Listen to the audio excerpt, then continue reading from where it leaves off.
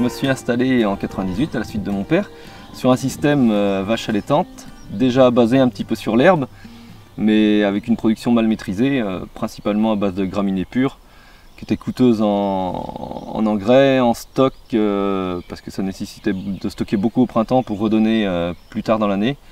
La production n'était pas régulière sur l'année, d'une valeur alimentaire qui était assez moyenne dans l'ensemble et qui ne me convenait pas. Et comme je suis sur une petite structure, j'avais absolument besoin de travailler sur mes charges pour pouvoir m'en sortir. Et la prairie a été un levier pour atteindre mes objectifs. Alors une prairie réussie, c'est une prairie qui est peu coûteuse, productive, avec une herbe de qualité, qui nourrisse bien mes animaux et qui produisent tout au long de l'année. Surtout l'été, au moment où en général les prairies à base de graminées pures sont desséchées et ne produisent plus d'herbe. C'est vrai que le fait d'avoir des fétuques, même les trèfles, ils ont une pousse assez régulière, ça permet d'éviter de faire du stock au printemps pour les redonner un mois après. Alors mes prairies, je les compose de différentes manières. Souvent, d'abord, ça dépend ce que je veux en faire. Si c'est plutôt une prairie de fauche, une prairie de pâture, souvent c'est l'alternance des deux. En règle générale, c'est plutôt des prairies à dominante fétuque pour la graminée, parce que ça convient bien et aux besoins de mon cheptel, et c'est une prairie qui est productive toute l'année. Et c'est peu coûteux, il y a de la longévité, il y a tout ce que je recherche dans une prairie. Et je rajoute quelques graminées secondaires pour couvrir le sol, pour améliorer, apporter un petit peu de qualité alimentaire aussi. Et ensuite, j'apporte du trèfle, alors 2 ou 3 sortes de trèfle, pour en avoir un peu à tous les étages et pour nourrir les graminées en azote et pour augmenter la valeur de ma prairie en protéines. Alors dans les trèfles, j'ai certains trèfles, beaucoup de trèfles hybrides parce que c'est résistant à l'humidité, ça convient bien chez moi. Du trèfle blanc et parfois du trèfle violet pour la production la première année.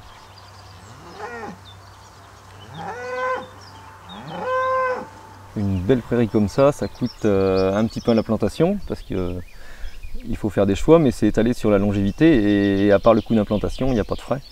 Des frais de récolte parfois sur une partie pour faire du foin parce qu'il faut bien nourrir les animaux l'hiver, mais comme c'est des prairies principalement pâturées, un coup qu'elles sont semées, elles ne coûtent plus rien.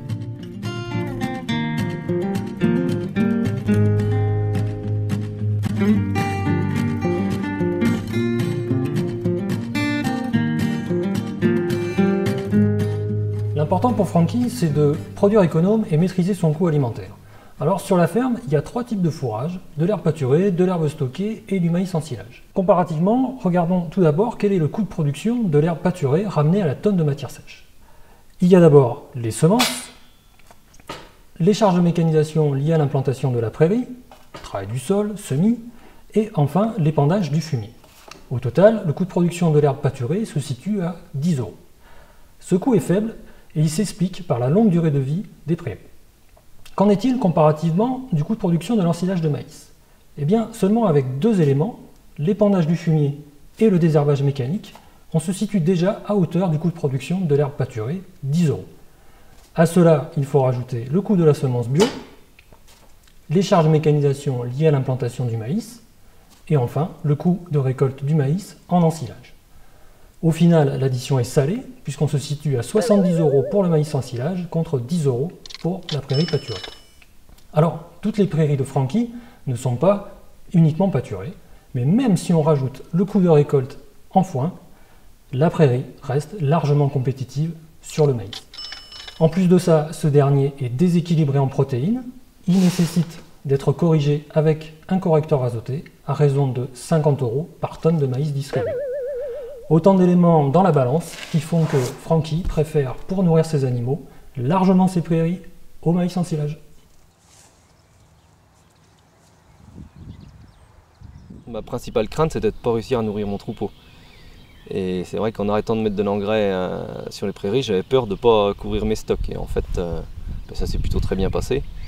Je me suis renseigné avant, je ne l'ai pas fait à la légère. Grâce au GRAPPA entre autres et à des collègues qui le faisaient déjà, ça m'a permis de voir qu'ailleurs ça marchait. Je me suis dit que ça pouvait marcher chez moi. Et puis avec les économies que je faisais sur l'engrais, j'aurais toujours pu acheter du fourrage s'il y avait eu besoin, quoi. Mais il n'y a pas eu besoin. Et je ne regrette pas et je ne retournerai pas en arrière.